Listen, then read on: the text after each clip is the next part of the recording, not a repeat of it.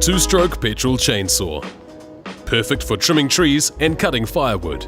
Not to be used in dirt, as this can damage the machine. If the chain is damaged, the hirer can be charged for a new chain. The guide bar length is 40 to 45 centimeters, or 16 to 20 inches. Chain brake. Safety engagement chainsaw kickback comes on. However, chain brake shouldn't be on when starting. Switch decompression on top. Press down the throttle with the palm of your hand. Flick switch to full choke. Make sure the saw is on the ground and put your full weight onto the saw before starting. First start of the day will often start, then stall, which is normal. Take the choke up one click to avoid flooding.